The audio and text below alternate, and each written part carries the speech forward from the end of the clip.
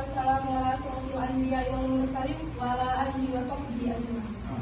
Puji syukur kehadiran Allah Subhanahu wa taala yang telah memberikan kita nikmat dan karunia-Nya sehingga kita dapat berkumpul di ruang seminar yang kita cintai ini. Salawat berampaikan salam marilah kita hadiahkan kepada Rasul Junjungan Alam yaitu Nabi besar Muhammad SAW dengan lafaz Allahumma sholli ala sayyidina Muhammad wa ala ali sayyidina Muhammad. Pada kesempatan kali ini saya ingin membawakan seminar edukasi yang berjudul Peranan dakwah dalam upaya mengatasi penyalahgunaan narkoba. Kasus penyalahgunaan narkoba merupakan salah satu ancaman bagi kehidupan manusia, apalagi dalam kehidupan remaja. Salah satu juga menjelaskan ada beberapa faktor penyalahgunaan narkoba. Yang pertama adalah kebebasan dalam bergaul. Yang kedua adalah faktor lingkungan. Yang ketiga adalah kurangnya pendidikan agama di dalam keluarga ataupun di dalam luar keluarga juga. Fakta yang terjadi di lapangan ketika seseorang sudah mengalami titik kecanduan itu sangat sulit untuk disembuhkan atau sangat sulit untuk dipulihkan. Yang sama-sama kita ketahui juga bahwa dampak dari penggunaan narkoba ini sangat besar bagi kehidupan manusia, apalagi dalam kehidupan bersosial dia. Jadi peranan dakwah di sini sebagai faktor preventif, di mana preventif artinya pencegahan. Jadi peranan dakwah di sini mengajak seseorang untuk berbuat baik. Dengan kata lain menjauhi larangannya, berbuat baik dan menjauhi larangannya. Ini juga sesuai dengan Quran surah An-Nahl ayat 125 yang berbunyi Bismillahirrahmanirrahim. Ud'u ila sabili rabbika bil hikmah wal mau'izatil hasanah wa jadilhum billati hiya ahsan inna rabbaka huwa a'lamu biman dhalla an sabili wa huwa a'lamu bil muhtadin. Itu Quran surah Al-Baqarah, Quran surah An-Nahl ayat 125. Jadi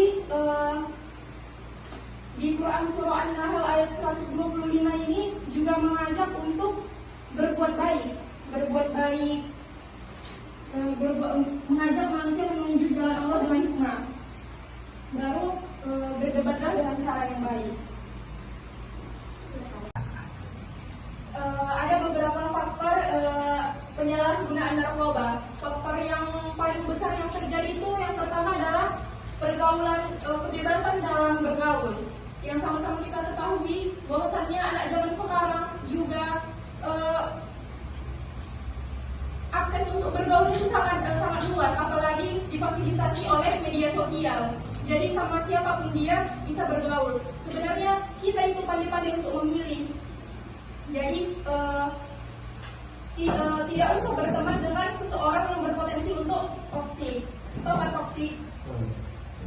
Dan yang kedua adalah faktor lingkungan. Ini sama juga dengan yang poin pertama tadi. Faktor lingkungan juga mempengaruhi penyalahgunaan narkoba tersebut.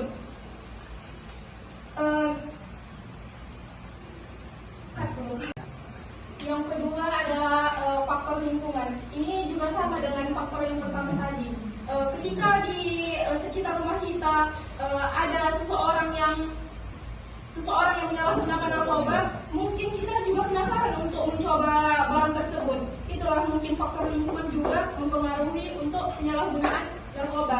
Yang terakhir adalah kurangnya pendidikan agama di dalam keluarga.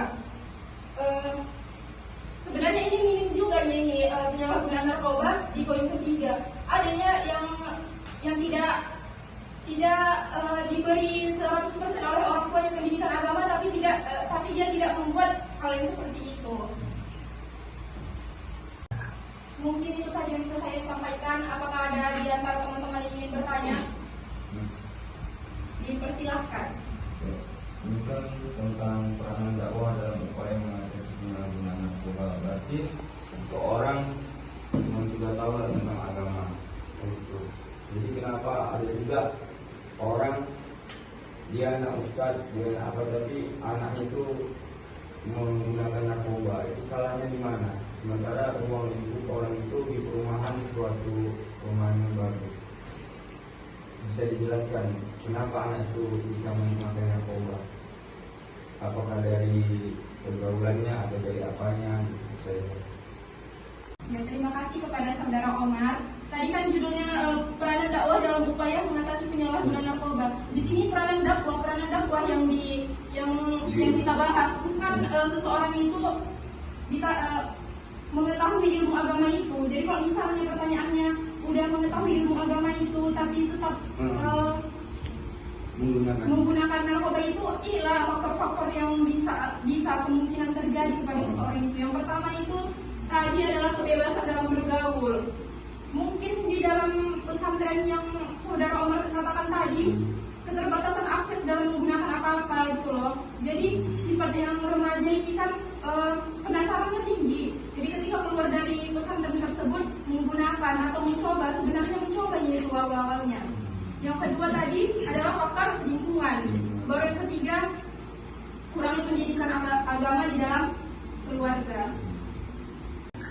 Baiklah, adapun kesimpulan dari seminar yang saya bawakan ini adalah penyalahgunaan narkoba itu adalah salah satu hal yang sudah lumrah yang kita ketahui di lingkungan kita ini.